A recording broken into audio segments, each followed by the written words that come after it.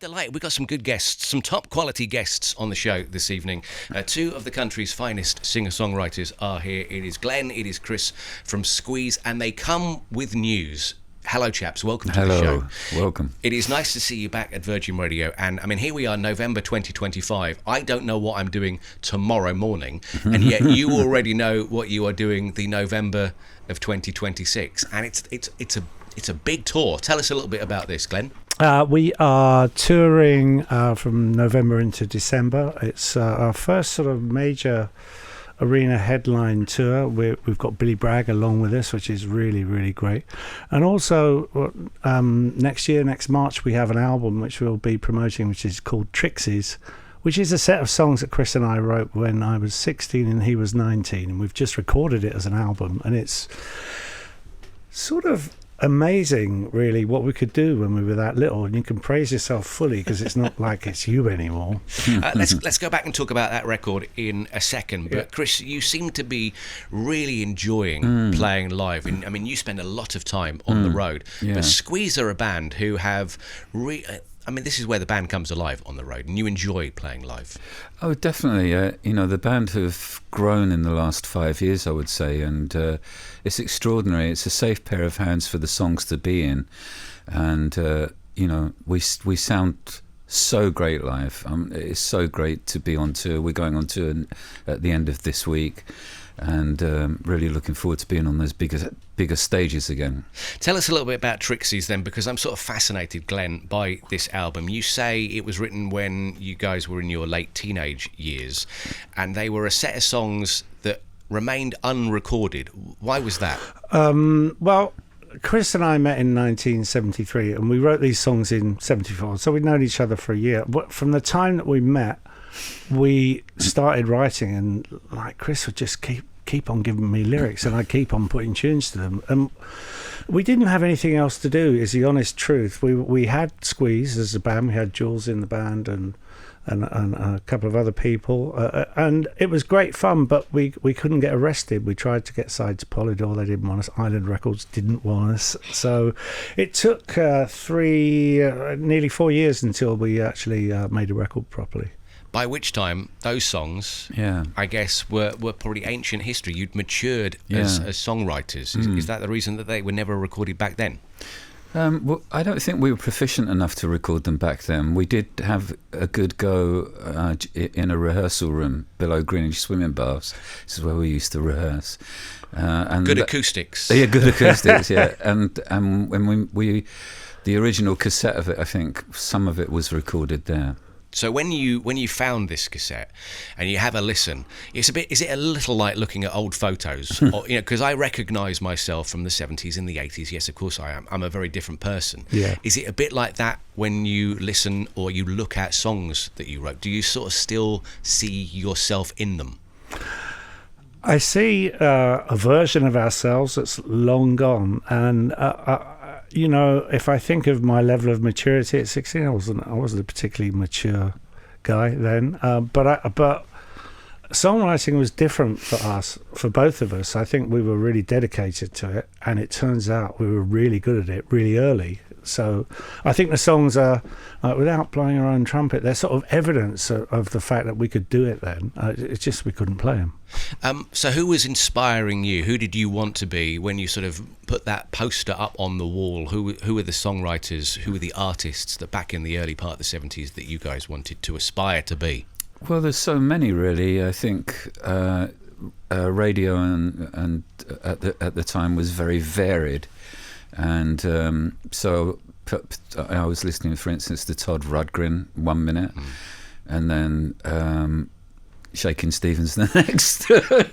Much like I am all these years later. I mean, what was not to like? I mean, when, for instance, people would be glued to Top of the Pops, but you would have, Shakin' Stevens, but then you'd have Black Sabbath. So there was so much music, and you could be influenced by all of it, I think. Did it feel achievable, though, to come from, well, as we were just saying before we came on the air, we could practically see where you guys grew up out the window here at the 17th floor. But did it feel like you could ever actually end up on Top of the Pops as singer-songwriters? How much of this career, this wonderful success that you've had, felt achievable at the time?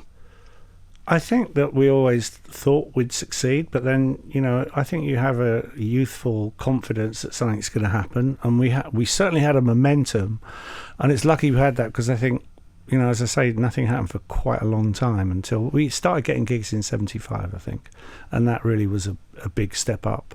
But, success came sort of relatively late for us, and by that time punk had happened, and we had to sort of dumb down a bit in order to fit in, which we also did really well, and it was really enjoyable, but it's different to how we've been with Trixies. So we haven't heard any of the songs from Trixies yet. Can you sort of summarise the tracks? If we know the catalogue of Squeeze, which we all do, do these songs sound like they belong to this band, or will they surprise us? I think they'll surprise you, but that does sound like Squeeze. Does it? Yeah, it's a very, very mature sounding storyboard. Yeah, it's fabulous. There's already one track going around. So we'll find that. We'll give that you've got to find it. Humour, chaps, has been part of your music. I think it's been sort of intertwined in your music for as long as I can remember, and I'm guessing that is because you were growing up in an era of like the Goons and Monty Python and Tony Hancock.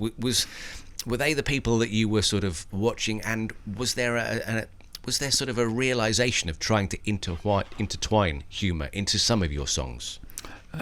Well, obviously, Tony Hancock and people like that were on the radio when I was growing up. I love the fact that comedy was on the radio. Comedy was on the radio, yeah. It was really good, and my parents would always be watching comedy shows, so I'd watch it in the background. And I guess all of that and all of what goes on seeps into anything that you're going to write.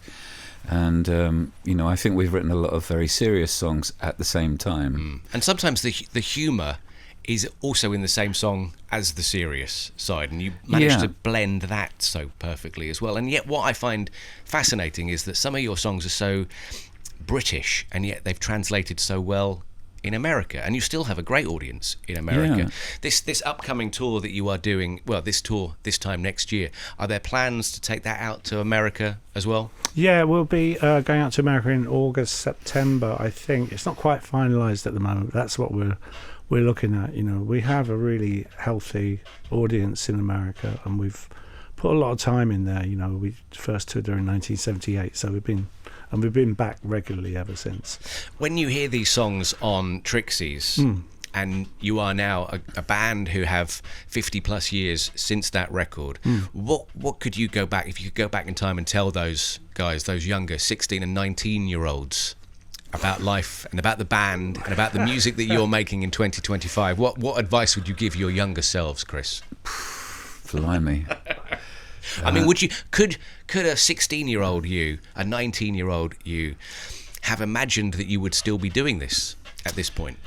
I suppose no.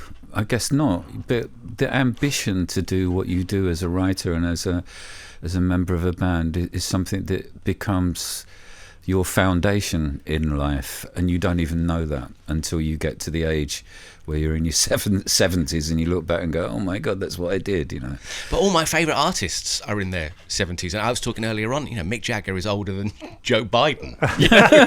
What? Yeah. I mean, that sort of blew my mind. Someone told me that yesterday. I mean, there is nowhere you haven't played, and you've done some tremendous shows, and the Tried, Tested and Trixies tour, it's a big run. So how do you make this tour different to something that you have done before, Glenn? We're going to be doing a reasonable amount of Trixies, a reasonable amount of hits, and some stuff maybe that people do or don't know. I think the thing is that the band we've got a great band now. I think perhaps we sound the best we've ever sounded, and there's a lot of enthusiasm from us, and we take it really seriously, take it properly seriously, put the time in, get it right, get it enthusiastic, and make sure we deliver.